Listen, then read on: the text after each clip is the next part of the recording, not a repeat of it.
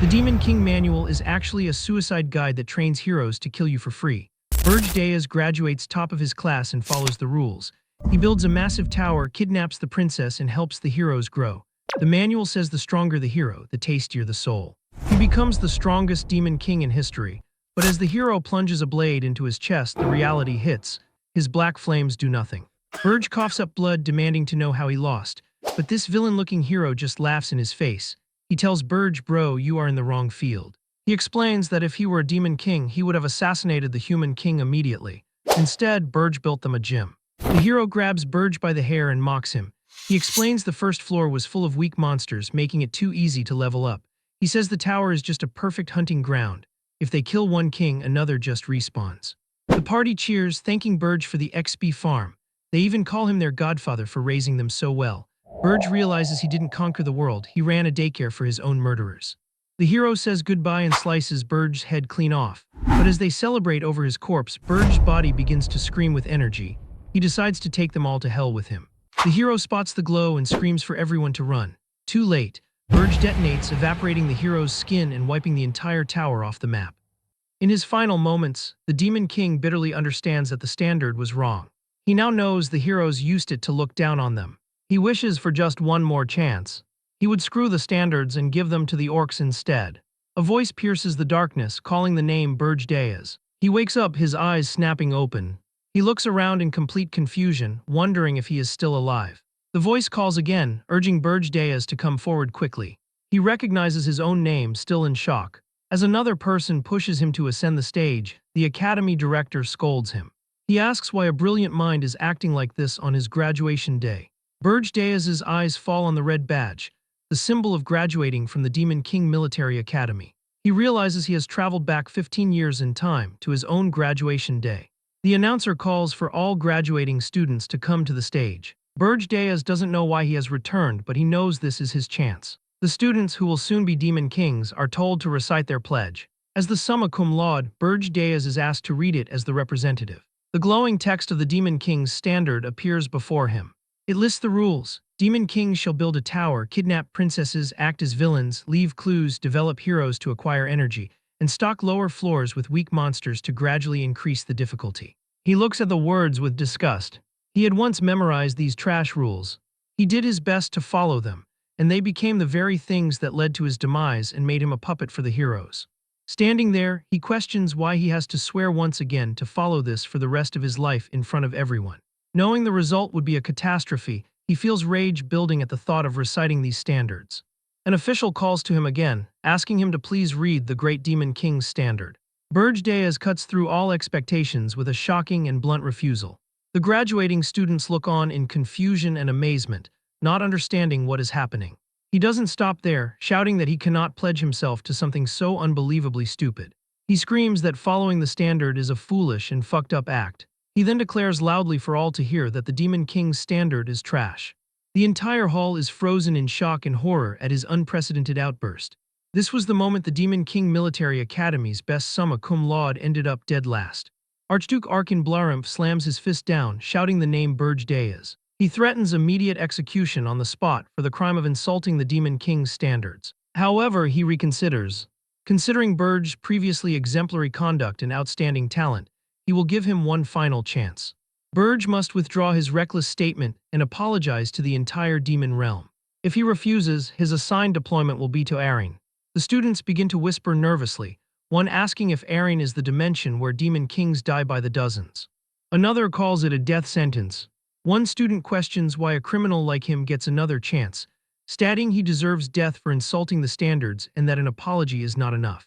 The Archduke warns Burj that he should know well what Arine is. He calls it the worst domain where countless Demon Kings have lost their lives. Burj coldly demands to be sent there. He declares that he will go and prove the Demon King's standards are garbage. The Archduke is left completely stunned. Calling him truly hopeless, he issues the decree. Effective immediately, Burj Dayas' deployment location is Arine. He will receive no privileges normally granted to a top Demon King. No demons will accompany him. Until the occupation of Arine is complete, he is forbidden from returning to the demon realm. As Burj falls through space, he figures this is expected after the mess he caused. He realizes he is truly being sent back there. Back to Erin, the place where the heroes who killed him live. He reflects that even before he regressed, he had personally chosen Erin. He thought that the strongest, like him, should conquer the hardest difficulty. That arrogance cost him his life. Too many heroes that were exploiting the Demon King's standards. He lands in the snowy Urgest Mountains of the northern continent. He vows that he won't let it happen twice. This time, he will be the one to exploit what he calls the hero's standards. At the Demon Academy, Gordon Durek, the top demon graduate, makes sure he looks good. While the Demon King Academy trains demon kings, the Demon Academy trains the demons who serve them. A regulation states that the top demon serves the top demon king.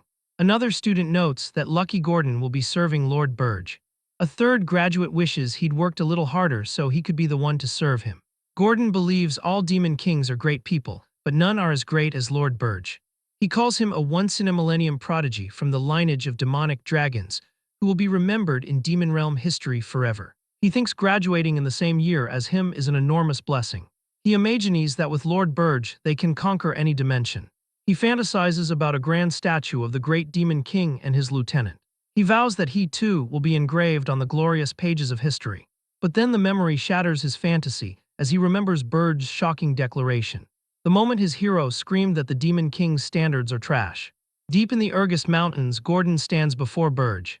He feels lost, wondering why they sent him here after all, since they said no demon would accompany him. Burge greets him, saying it is good to see him, Gordon. Gordon breaks down, asking why he would do something like that. Burge asks him what he means. Gordon yells, asking how he could say such things about the standards in front of everyone, getting them sent to Erin. He screams that now he is going to die too. Burge calmly tells him to calm down or he'll rip his hair out. Gordon shrieks that his hair is not the issue right now. Burge internally notes how different Gordon is now. Before his regression, he was confident and composed. He recalls how his friend believed they could do it, that he wouldn't even feel motivated if it wasn't Erin. Burge understands Gordon's panic is justified since the situation is vastly different now. He decides against telling him about his regression, fearing Gordon might think he's insane. Panting, Gordon apologizes for his shameful display and says he will fulfill his duty now that it's come to this. He brings up the Demon King's standards. Rule 1. The Demon King must build a tower. However, he explains it cannot be hidden or placed in an excessively harsh environment. Only then would heroes be able to find it. He points out that this place is dangerous, surrounded by massive mountains and patrolled by powerful monsters, making it difficult for humans to find or approach. He insists they can't build a tower here and should move. Burge simply says no, he's building the tower right here. He holds out a tower seed, explaining that he must plant it in the ground and feed it Demon King blood for the tower to grow. Gordon is horrified, exclaiming that he is going directly against the standards. He asks if Burge is also throwing away the pride of a Demon King. Burge replies that he never swore an oath to follow them. He understands the disgust Gordon feels. He knows it is hard for a demon to deny a faith carved deep into their bones. One can't reject it unless they die or experience something as drastic as death. He knows this because that was him as well. Burge cuts his hand and tells Gordon to listen well. He states that the Demon King's standards are garbage, especially here in Erin. His blood drips onto the seed, causing it to glow with immense power. He explains that it is because Erin is swarming with way too many heroes. The tower begins the identification process, confirming its user is Burge Deas of the Black Flame Demonic Dragon tribe. The identification completes and the summoning begins. Burge explains that Demon Kings kept dying here because humans, after countless tower destructions, realized the tower has a certain mechanism. They use the Demon King's standards against them. He declares that in this land, the standards no longer work. He says they should really be called the Hero's Standards, confusing Gordon. The tower materializes fully, and Burge tells him to go inside. They find themselves on the first floor of Burge Tower, but it is completely empty. Gordon notes that a normal tower should have a complex structure or be filled with monsters, but there is nothing here. It's a tower fit for a Demon King with no privileges. Even on the fifth floor in the Demon King's chamber, every floor is completely empty. Gordon concedes that since the tower is already built, they can't undo it.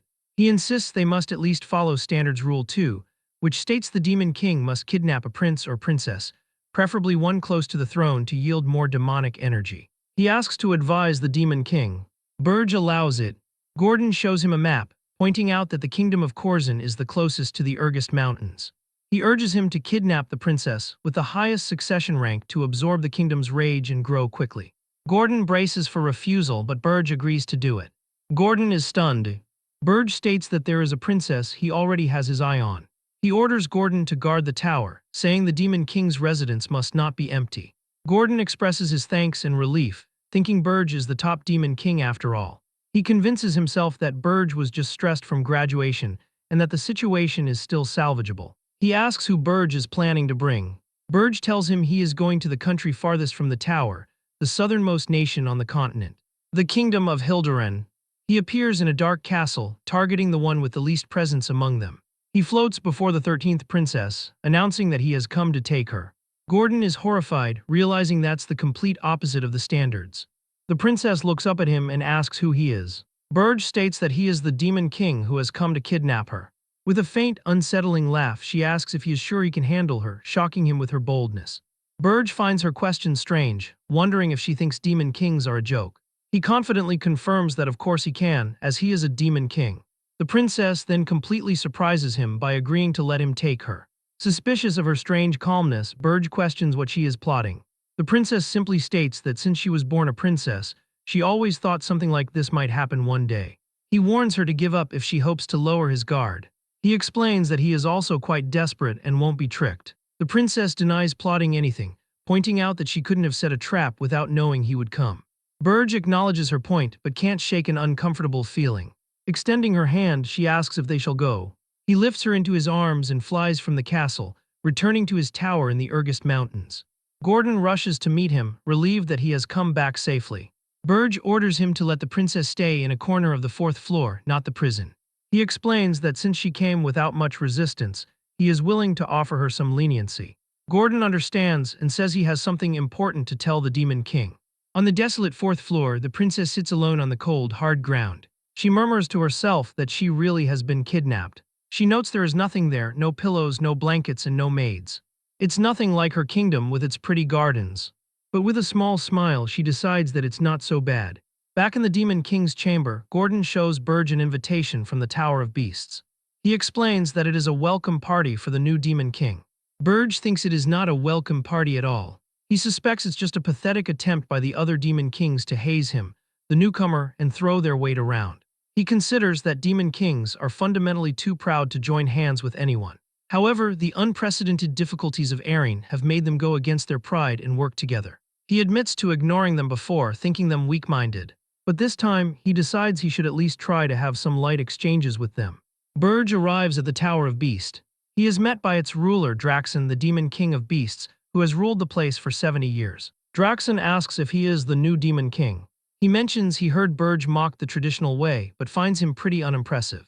Burge coolly asks if he is here to pick a fight, telling him to state his business. Draxon laughs, revealing that Archduke Arkane told him to watch over Burge once he arrived. Burge scoffs, calling the Archduke a noisy old vampire geezer. Draxon erupts in anger at the disrespect shown to the Archduke, yelling that Burge has some guts. He tosses a slab of meat at Burge's feet, ordering him to lick it. He says if he does, he will pardon his impudence. Burge asks the Demon King of Beasts if he truly doesn't know why he is here. Draxon foolishly claims that he does, stating it's because Burge mocked the orthodox way of Demon Kings. Burge reminds him that according to that orthodox way, Demon Kings cannot kill each other. Then he asks if Draxon really thinks he'd follow that rule. Unleashing his power, Burge slams his fist into Draxon, sending him flying. Draxon is shocked by the terrifying aura radiating from him. Panicked, he stammers that Archduke Arkane told him to see if Burge had properly kidnapped a princess. He threatens that if he doesn't report within a month, he will lose his authority. Burge cuts him off, saying he was wondering what Draxon was about to say. He confirms that he has already kidnapped a princess. Then he adds that she suits his taste, which confuses Draxon. Back at Burge's tower, Gordon praises him for excellently showing the majesty of a Demon King. Burge says it's nothing special and that for now, he is sure Draxon can't do anything more. Still, he acknowledges that this is troublesome. He thinks if this is the stance of the other Demon Kings, things will get quite bothersome. He realizes the consequences of mocking the orthodox way are bigger than he expected. But he reaffirms that even if given another chance, he would make the same choice. He would rather die than bow his head to trash. Burge vows that he will not repeat the same mistake and will rebuild his foundation from scratch. He expects to only get a few hundred demonic energy points from a low-ranked princess, but knows it is the safest option. He checks his status and is stunned. He has 13,000 points. He has no idea why he has so many. Suddenly, a message arrives, He has received a video recording from the Tower of Beasts. On the screen, Draxon congratulates the new Demon King. He says that though their first meeting was not the best, he should at least give him this much as his senior. Draxon admits he is truly impressed, acknowledging that what Burge achieved in Arryn is by no means an easy feat. He wonders if mocking the orthodox way was just a cover. Burge senses that something is wrong. At that moment, Gordon bursts in panicked. He screams that they have a problem and that the fourth floor is in chaos. Burge rushes to the fourth floor. He is shocked by what he sees. The once empty cold space has transformed into a vibrant, beautiful garden, teeming with life. A notification shows that the floor is undergoing naturalization. In the middle of it all stands the princess, creating an entire ecosystem within the magic tower. Burge knows this is a feat only possible for someone who has mastered the four elements. He thinks that there is only one spiritist on the continent who is capable of this. He confronts her, stating he clearly went to the 13th princess's castle. He realizes she is not the 13th princess. She smiles, replying that as expected he mistook her for Alina. Burge is stunned, demanding to know who she is. She states that's right, her name is Ernan Hildurin. She proudly declares that she is the first princess of the Hildurin kingdom. In the Hildurin kingdom, the news breaks. The first princess has been abducted by a demon king. The king roars in fury, demanding to know who dared to kidnap his dearest princess Ernan. He orders the immediate gathering of the strongest heroes and the entire military of the kingdom. He vows they shall behead the foolish demon king and bring back his princess. The princess tells Burge that is why she asked if he could handle her. He admits he had heard of a genius elemental mage who was full of mana. He realizes there is no way he wouldn't have detected it and wonders how she fooled him. She shows him a ring, explaining she can hide her mana with it. It's an heirloom passed down in the royal family. After asking if that answers his question, she wants to know if he will send her back. Burge thinks about it. He knows he will be mocked if he sends the princess back. No kingdom would be scared of a coward, making it harder to collect demonic energy. He decides he has to stick this one through. A system window appears, detecting rage targeted toward the demon king Burge Diaz. His possessed demonic energy points jump to over 19,000. Burge figures they must have singled him out. He tells her that nothing changes, even if she is not the 13th princess. She is still his hostage. Back in the kingdom of Hildurin, the king roars for them to kill the foolish demon king and bring back his princess. An advisor cautiously points out that they don't yet know which demon king is responsible. He explains that they have sent patrols and asks the king to please wait. The king explodes with rage, yelling at them to hurry up and figure it out. He screams that the princess was kidnapped and they are all doing nothing. Another advisor remarks that something is off. The demon king of lust recently kidnapped another nation's prince. This brought the rage of too many upon him, and he was killed by heroes. The advisor finds it strange that another demon king would appear to kidnap their princess despite that example. The king understands. It must be a new one. Suddenly, a guard runs in, announcing they found traces of teleporting magic. The trail is headed north. The destination is assumed to be the Urgest Mountains. The king repeats the name in shock. At Burge Tower, Gordon reports that the army from Hildurin will arrive soon. He asks the demon king if he thinks they'll be too much to handle. He states with confidence that it's fine. The kingdom of Hildurin will not be able to come here. He explains that the Urgest Mountains are at the very northern edge of the continent. The kingdom of Hildurin is at the very south. It's not possible that all the nations in between will just let their army through. There is no way those nations will open a path for them. They will be forced to employ a hero guild instead. In his throne room, the king decides they have no choice. He orders them to contact the hero guild. At the hero guild, the request is discussed. The princess of Hildurin was kidnapped, and the destination is the Urgest Mountains. The heroes react with immediate refusal. One exclaims that the place is full of hellish monsters. Another asks what crazy new demon king would do that. A hero declares that he didn't join this business just to die. The king of Hildurin is going to suffer. Burge knew the hero guild wouldn't budge. He knows those guys only care about money and won't go somewhere so dangerous. He confirms that's also why he built his base here. Gordon is amazed, realizing Burge considered that too. He notes that his master doesn't stick to the rules, but he seems very knowledgeable about Arryn, as if he's been here before. The king of Hildurin slams his fist on his throne, enraged. He shouts, asking how there is no hero who wants to step up for the job. He questions how they can even call themselves heroes. An advisor explains that in Arryn, as many heroes as there are, they care more about their profits, which makes them very picky. Because of this, it will take some time until a proper group is formed. It will also take time for them to get here. Burge considers his options in the tower shop, seeing things like skeletons for 10,000 points. He knows that despite everything, he doesn't have enough demonic energy to deal with a whole army of heroes. He also knows that fear all too well. He tells Gordon to contact Draxon. He's going to sell demonic energy in exchange for human money. Gordon is completely flabbergasted, stammering the words demonic energy. He exclaims that this currency of dreams lets them transcend their species' limits, unlock tower features, and bring in monsters. He can't believe Burge wants to exchange it for human money. Burge explains that he is sure Draxon will pay a huge sum for it. He admits he won't be able to stop the heroes with the demonic energy he has. But with human money, there is something he can do. He travels to Holton Work, a fortress city near the Urgest Mountains. At the gate, guards stop him. They call him an insane mercenary for going to the Urgest Mountains alone and look at him with suspicion. He tosses a gold coin at them. Now then, he thinks to himself that he can't look around the city on his own. He will look for a guide first. He enters the Scarlet Hawk Mercenary Guild headquarters. Inside, a captain is told they should leave this place soon. The captain dismisses the idea, saying it's nice here. The soldiers take care of the monsters, and they just take the spoils of battle. He asks what could be better.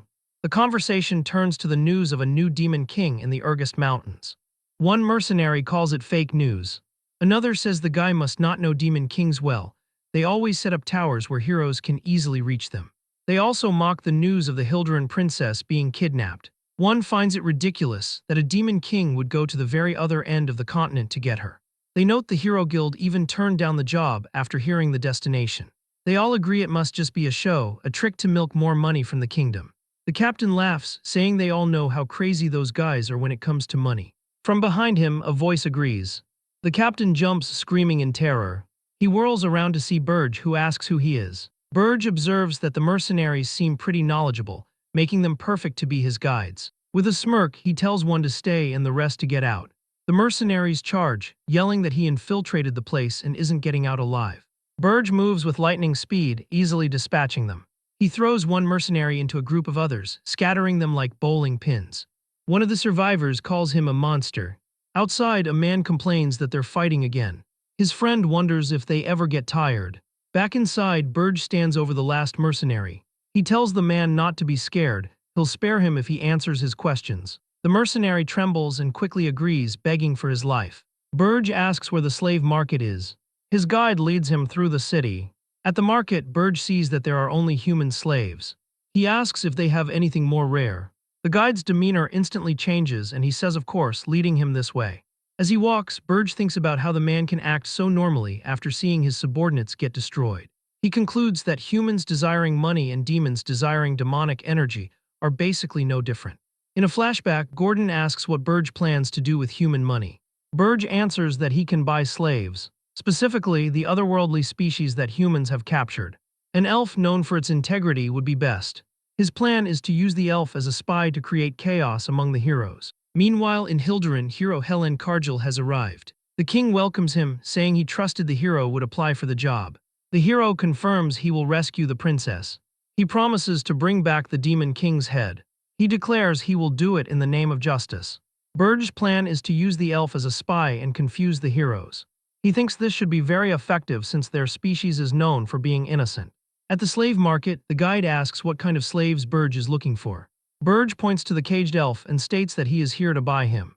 He adds that the guide will pay for it. The mercenary is shocked, but Burge levels a threatening glare at him and asks if he objects. The man stammers that of course he does not object, and that it is a given he must pay. Burge says he has to confirm something and asks the two to leave the room. The merchant hesitates, warning that the elf might go berserk. Burge assures him it is fine and that if anything happens, his guide will pay for it. Inside the room, Burge unlocks the elf's chains. He thinks about how this ever-so-noble elf has been reduced to a miserable slave. The elf feels the demonic energy and asks if Burge is a demon. He demands to know what business a demon could possibly have with an elf. Burge states that he wishes to give him a chance to get his revenge on humans. The elf calls it a tempting offer, but says he cannot trust demons as much as he cannot trust humans. Burge insists that he is different. He offers a deal. If the elf stays loyal for exactly 50 years, he will guarantee his safety and freedom. Burge notes that 50 years is not even that long for elves. He says it should be much better than being humiliated by humans like this. The elf refuses. He explains that Burge is a demon, and that his kind is trying to destroy the world tree that elves serve. This would also destroy the world which the world tree sustains. He asks how he is supposed to trust him. Burge knows it is strange for a demon to seek an elf's help. He thinks the elf is hitting him right where it hurts. He decides to do this. He makes a vow on the great demon king's standards. He promises to fulfill his part of the deal and to not lay a hand on the world tree. The elf is shocked, knowing the demon king's standards are to a demon what the world tree is to an elf. In return, Burge wants him to vow on the world tree to pledge allegiance to him for the next 50 years. The elf calls him a strange one. He says if Burge is going that far, he will agree. He introduces himself as Granada of the Maple tribe and says he will make his vow once he sees the demon king who sent him. Burge tells him that he is the demon king. Granada is momentarily shocked before bursting into laughter. He tells Burge not to make him laugh, questioning why a demon king would come here. He explains that demon kings get weaker the further they are from their tower, and finds it ridiculous that one would move directly just to buy a slave. He then challenges him. If Burge really is a demon king, he will pledge his allegiance for 100 years instead. They are instantly transported to the 5th floor of Burge's tower. Burge sits on his throne and reminds him of the 100-year contract, stating those were Granada's words, not his. Granada is stunned, realizing he really is a demon king. He immediately yells that this is a scam. He complains that Burge never said the tower would be so empty, with nothing up to the 3rd floor. He notes the 4th floor only has nature. He demands to know what kind of sloppy tower does not have a single monster. He shouts that at this rate, Burge will not last a year before the heroes tear him apart. He declares he is not working in a place like this. Burge asks if he has forgotten, reminding him they made a contract. He unleashes his raw demonic power, filling the room with pressure. Granada is terrified by the overwhelming energy, certain now that he really is a demon king.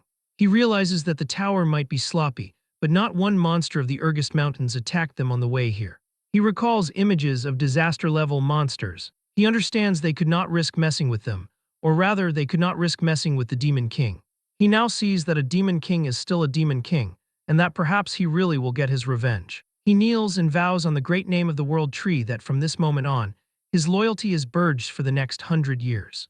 He thinks that since the demon king himself came for him, he will surely be assigned an important role. He will get his revenge as a part of that evil plan. Burge looks at him and says, "All right, first prepare me a meal." Granada stares back, utterly confused. While cooking in the kitchen, he wonders why he is here. He was supposed to be a part of a very important plan. Princess Ernan enters and asks if she can help make some vegetable bread. In the 5th floor dining room, Granada asks the demon king about the woman's identity. Burge confirms she is Ernan Hilderin. Granada shoots up, shouting if he is out of his mind for kidnapping the crown princess. He yells that the tower has nothing and demands to know how he plans on stopping the heroes. Burge calmly replies that is why he bought him. He tells him to sit and eat for now. Granada is completely bewildered. Burge says his cooking is pretty good. Ernan smiles and adds that she helped too. Granada does not understand what is happening. Later on the 4th floor, he asks if Burge wants him to fight the heroes here. Burge says no, explaining if the heroes make it this far, the game is already over. It would mean they already came through the Urgest Mountains. He tells Granada he will be disrupting the human world in his place. Granada realizes he is to become a spy. Burge confirms this is true but says he must first check his skills. He tells him to come at him. Granada wonders how he is supposed to beat a demon king in his tower. Burge offers a deal. He will only use one hand and will not use his demonic energy. If Granada wins, he will reduce their contract's duration by 50 years. Granada tells him he better keep his word. He says he will take him on with everything he has got, nearly saying he will blow his head off. The duel begins. Burge notes that even though Granada spent a long time as a slave, his movements are still fine. He wonders if he absorbed mana from the 4th floor or enhanced his physical abilities, calling it a fitting style for an elf. Granada yells that an average elf cannot do this. He tells Burge to blame himself for picking the wrong opponent in the wrong place. Roots erupt from the ground, wrapping around Burge's leg. Granada sees his opening and declares that Burge is wide open. He lunges, intent on taking his 50 years back. He is sure this attack will land, but freezes as he remembers just who his opponent is. Burge reminds him not to worry. He states that he is not trying to use demonic energy. He promises to control his strength so he does not kill him. Granada hesitates, asking him to wait. Burge's fist connects, ending the fight instantly. Back at the Red Hawk mercenaries' headquarters, the leader exclaims it is an honor to see Burge again. Burge tells him he would like to hire them for a year. The captain quickly agrees and asks about the budget, while another mercenary grumbles about him sucking up to the person who beat them senseless. Burge throws a large bag of gold onto the table as a deposit. The mercenaries immediately declare they will follow him for the rest of their lives. Burge then tells the captain to have this man join his team. He explains that Granada will relay his orders from now on. The men hesitate to accept a stranger. A bruised Granada steps forward and introduces himself. The mercenaries see his battered face and immediately feel a sense of kinship, embracing him. Burge thinks to himself that although they look mediocre, they are seasoned mercenaries who operate in Urgest. He knows he cannot find others like them anywhere else, and they are easy to handle. He is also aware that the only hero that would answer Hildren's call right now is Helen Cargill, the hero who defeated the Demon King of Lust. He addresses the Red Hawk mercenaries. He gives them their first mission: investigate Helen Cargill, the hero employed by Hilderin. They all salute and reply, "Yes, sir." In Burge's tower, he considers his next move. Now that he has left the hero matter to Granada, it is his turn to get stronger. Demonic energy points can be used to enhance the tower or the Demon King himself. For Burge, who had sold all his points, the only way to become stronger would be something else. The Spirit Blossom. It is a crystal of mana that sprouts after absorbing the mana of nature.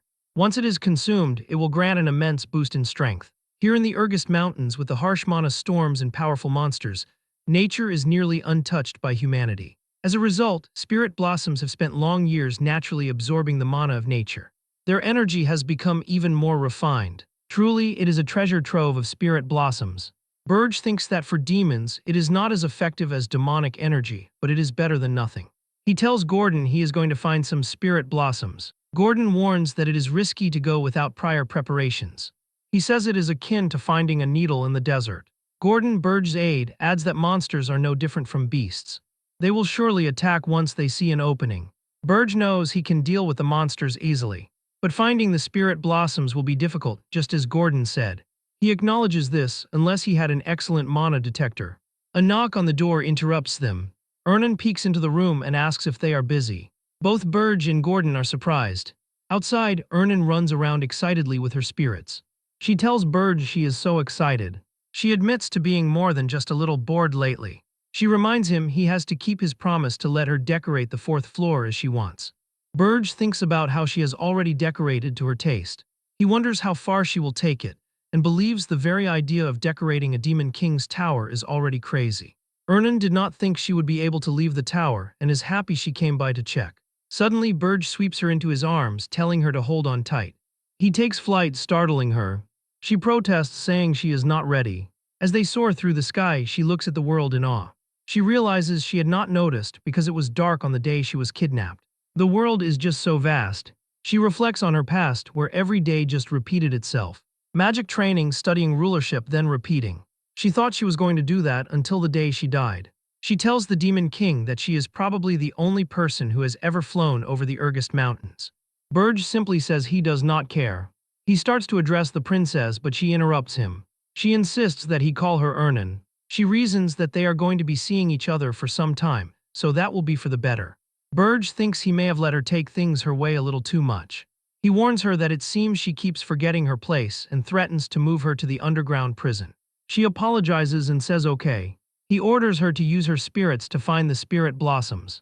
Burge thinks they probably will not find it very quickly, but he is sure they will be faster than him or Gordon. Suddenly, Ernan shouts that she found it. They land and see that some guests have arrived before them. A large spirit blossom is surrounded by hairy, horned monsters. Burge tells them that monsters are descendants of demons who have left the demon realm. He orders them, if they still have the honor of demons left in them, to obey the Demon King's command. They must not touch the spirit blossom and must leave this place. The monsters refuse. They say they do not listen to a demon's words. One growls that they do not like him and that he will die. Burge laughs, admitting that Gordon was right. He thinks how foolish he was for expecting beasts to think. He decides he shall simply burn them all to ashes. The monsters roar to kill him and protect what is theirs, shouting to kill and eat. Burge unleashes his dark magic, engulfing them in purple flames. One monster cries out to get the weak one first, but his magic incinerates them before they can even get close. Ernan watches amazed. She knows Pule orcs are known to take down even ogres if they work together, but they cannot even get near them. She thinks that this is the power of the Demon King. After the battle, Ernan holds the hyacinth, a water and ice attribute spirit blossom. She marvels at how pure and mono it is. Burge tells her not to covet it. She replies with a simple okay. He then adds that if they find more, she can have one. She gasps and asks if he is serious, her eyes sparkling. Burge thinks to himself that humans can only cheer up when they are given carrots. He tells her he will try his best. Sadly, they never found a second patch of blossoms, even though Ernan tried until she was exhausted. Back at Burge's tower, he considers the crown princess of Hilderin. At first, he thought taking her was a mistake, but now he thinks she might be more useful than he had initially thought. Gordon enters, reporting that he just received a contact from Granada. He says it was quick. The hero, Hilan Kargil, along with 32 other heroes, have departed from the capital of Hilderin. However, they are not heading toward Urgist. They are going to take the classic path of a hero, which is to form a party and grow by completing villagers' quests. They will then get stronger through their journey. Gordon says he has prepared a few plans for the hero's journey and asks the Demon King to read them slowly. Burge dismisses them all, shocking his aide. He declares that this time, they will not be sending any monsters or interruptions to the hero's journey. Gordon is confused. Burge explains that half-baked interruptions only make the heroes stronger. He tells him to relay a message to Granada. He is to join the hero's journey with the mercenaries, help them, and build their trust. Gordon remarks that his master is not following the standard this time either. He worries, asking how they can stop the heroes with their current tower. Burge tells him not to worry. He will make sure to reinforce their tower with a dwarf. Gordon shouts, asking if he now wants a dwarf in here along with the human and high elf. He argues that if anyone saw that diminutive species in their tower, they would become a laughing stock. Burge is not saying they will stop the heroes simply with a dwarf. To be more precise, they need dwarven magical tools. He tells Gordon to think about that for a second. As the heroes have become used to the Demon King's standards, they will open the door to the first floor expecting some weak monsters. But what if dozens of cannons welcome them instead? Gordon realizes the heroes would never be prepared for that. He still thinks this is too far from the standards. Then, in a sudden realization, he screams about another abduction. In Wolfner, the dwarven underground city, the best dwarven blacksmith, Loger Friedrich, is hard at work. He is now scheduled to be kidnapped by a rogue demon king. Burge arrives in Wolfner, the city of dwarves. He thinks to himself that before regressing, he fought countless dwarves, but this is his first time visiting their city. He enters the Midnight Inn. He tosses a coin on the bar and states he is there to commission a weapon but does not know where to go. He asks where he can find the most outstanding blacksmith in the city. The dwarf notes that for a human, he knows how to talk business. Burge says he heard dwarves love money as much as heroes do. The dwarf confirms he is not wrong. He tells Burge to head to the inside of the city where he will see a huge hole. He explains that if Burge hops on the lift, they will check his id and put him on his desired floor. It is a two-step security method that identifies intruders. Following the instructions, Burge walks through the dwarven city. He heads to the lowest floor in the deepest room. He finds the city's best blacksmith, Loger Friedrich, hard at work. He observes his display of metallurgy, seeing how the mana seems to dance. Burge wonders if this is truly the best blacksmith. He thinks about how he could just quietly abduct him. Suddenly, the blacksmith senses the small bit of demonic energy. He attacks with a fiery hammer strike. The explosive attack sends Burge reeling back. Burge is shocked that the dwarf sensed him. He wonders if this dwarf could be a hero. The blacksmith confirms it. He declares he is the hero Loger Friedrich, the blacksmith who contains the power of heroes. Loger is shocked and demands to know how a demon dared to enter the land of the dwarves. He vows that the demon will not leave this city alive. Burge smirks, commenting that for all that talk, Loger is pretty weak. He adds that he is also not a demon, he is a demon king. As Burge reveals his demonic wings, Loger freezes in terror, dropping his hammer. Suddenly, dwarven guards burst into the room. They ask Loger to please excuse their intrusion, wanting to know what the noise was. They find the room empty, realizing with a shock that Loger is gone. The alarm sounds as the guards announce there is an intruder. They shout that the intruder has abducted Loger and order all exits to be blocked. They begin to search the facility thoroughly, believing the culprit could not have gotten far. Meanwhile, Burge holds a captured Loger in a chokehold. He threatens to kill him in an instant if he makes a sound. Loger asks why a demon king is here, wondering if he is here for their princess. Burge denies any interest in the princess. He states that he heard dwarven blacksmiths dig their own underground passages in case of emergency. Loger is internally convinced the demon king must be here for the princess, despite his lies. He recalls that he has been living a quiet life until now precisely because he is too scared to fight demon kings. He panics, wondering why this had to happen to him. The system notes his title, Dwarven Hero Loger, trait weak. Burge sees that Lodger will not talk so easily and offers him a different proposition. He says he will kidnap the princess and let him go. He then asks how the other dwarves will see him if a rumor spreads about the selfish hero who sold the princess to beg for his life. Lodger curses the vile and evil creature. He panics, realizing that everyone already knows he is really weak. If a rumor like that were to spread, they would definitely believe it. He thinks he will be tortured for the rest of his life. Burge gives him the choice: sell out the princess or come with him on his own 2 feet. Lodger internally knows he would sell the princess out but does not want to be tortured. Burge then promises to guarantee his safety if he helps. He vows on the Demon King's standards. Lodger's eyes widen in shock. He knows the Demon King's standards are practically the faith all Demon Kings worship. There is no way Burge would break a vow made to it. Lodger makes his decision. With a determined expression, he agrees to lead the Demon King to the underground passage. His sudden change in demeanor makes Burge think he is sick. In Lodger's workshop, dwarven guards have confirmed that he is absent. A princess with red hair named Lioiswerft arrives, demanding to know where Lodger went while making her weapon. A guard explains they believe he has been kidnapped. She angrily shouts at them to shut their mouths, reminding them he is a hero too. She questions how it makes sense for a hero to be kidnapped. The guard clarifies that while he may be a hero, he is also a blacksmith and not so good at fighting. She orders them to shut up and go find that damn kidnapper now. The guards quickly obey. She threatens that if they do not find him, she will pull all of their heads out. In Lodger's secret passage, Burge complains about the narrow path. He asks how long he is supposed to watch Lodger's disgusting buttocks. Lodger says it cannot be helped as the passage is too narrow. He tells him they are almost there, so he should hold on. Burge just tells him to move quickly. They finally exit the passage. Lodger says this is where his role ends and that the Demon King is on his own now. He declares he is out. Burge looks down at him and asks what nonsense he is saying. He reveals his demonic form.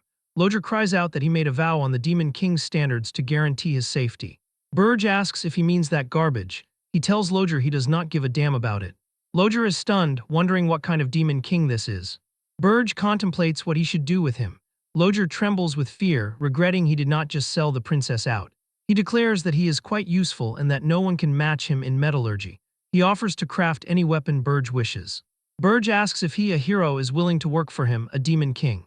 Lodger sees no reason to be suspicious, telling him to use him to his convenience. He even offers to be his spy if he wants, as surviving is his first priority. Burge tells him if he is willing to swear his allegiance, he will have his mercy.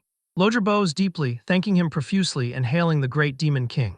Internally, he calls him a dumb demon, thinking he will betray him the first chance he gets. He believes that the moment he gets out, Burge is done for. On the 4th floor of Burge's tower, Lodger wakes up in the middle of the garden. Gordon is shocked, shouting that the Demon King actually brought a hero dwarf. Burge silences him. Granada tries to give a report, but Burge tells him to do it later. Ernan approaches the dwarf, asking if he came to save her. She then figures probably not. Lodger demands to know why he is there, saying Burge told him he would have his mercy. Burge confirms he does, asking if he is not getting to live. Lodger is confused, wondering how he ended up there since Burge promised to let him go. Burge coldly states he never said that. He explains that he knocked him out and carried him here, since it is the natural course of action when he does not know what Lodger might do. Lodger begins to laugh maniacally. His laughter fills the garden hollow and desperate. He laughs and laughs, completely broken. Burge asks him if he is that happy to be his subordinate. Through tears and laughter, Lodger chokes out that he is very happy. Burge says that is a great mindset. He then gives him his mission. He orders him to install a large number of cannons on the 1st floor to destroy the heroes.